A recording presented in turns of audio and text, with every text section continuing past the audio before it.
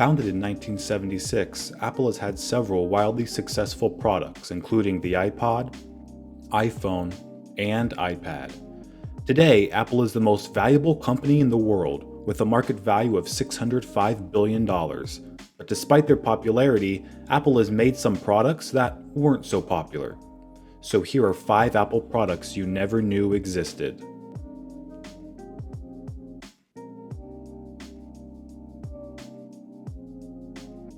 Apple launched their own clothing line called the Apple Collection in 1986, 1 year after Steve Jobs was forced out of the company.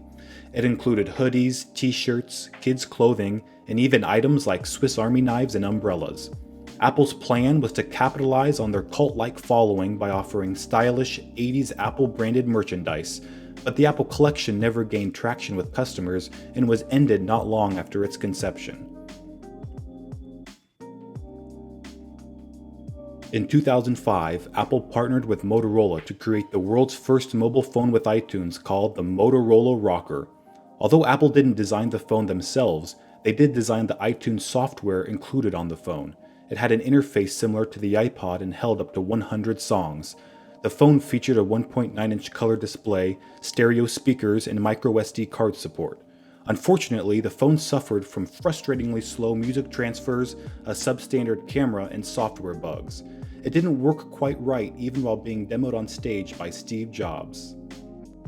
So I go there and I just resume my music right back to where it was. Well, I was supposed to resume my music right back to where it was.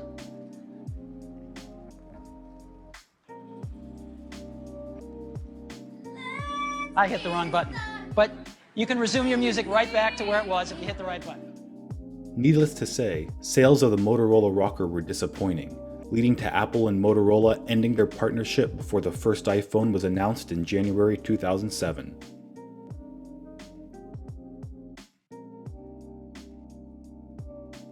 Looking to expand their product lineup and increase revenue, Apple entered the $12 billion per year photography industry with the Apple QuickTake. The problem was Apple didn't know much about building cameras, so they partnered with Kodak and Fujifilm to make up for their lack of expertise. Released in 1994, the Apple QuickTake was one of the first consumer digital cameras ever made. Sporting a 0.3 megapixel lens, the camera was capable of storing 32 photos at 320 by 240 resolution, or 8 photos, yes, 8 photos, at a resolution of 640 by 480. It had a built-in flash, but no focus or zoom features. Also, there was no way to view the photos on the camera. You had to transfer them to your computer to see how they turned out.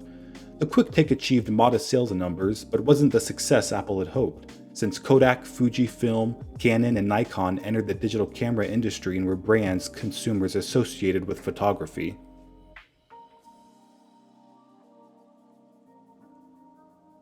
Apple may not be in the printer business today, but in 1985, Apple led the desktop publishing revolution by introducing one of the first Laserwriter printers available to the mass market, the Laserwriter.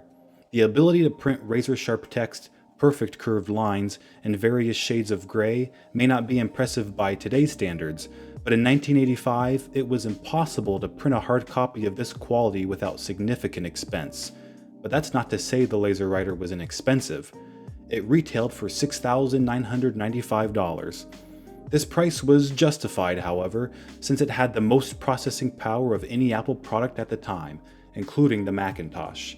The Laserwriter was a success and paved the way for newer models until 1997 when Steve Jobs returned to the company. He discontinued many of Apple's products, including the Laserwriter, to focus their resources on other projects like the iMac.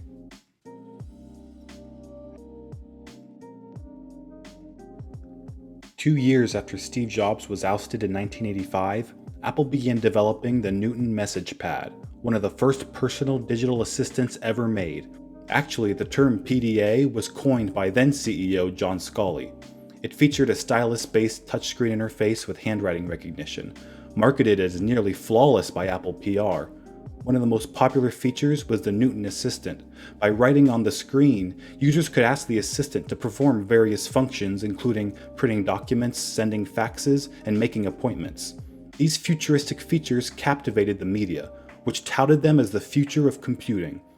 But Apple didn't deliver on its promises. and the Newton MessagePad stumbled out of the gate.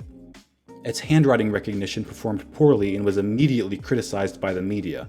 Sales were disappointing, with only 50,000 units sold in the first 4 months. Unfortunately, Scully had bet on the Newton platform becoming a major new source of income for Apple, and its failure would be a contributing factor to Scully's departure.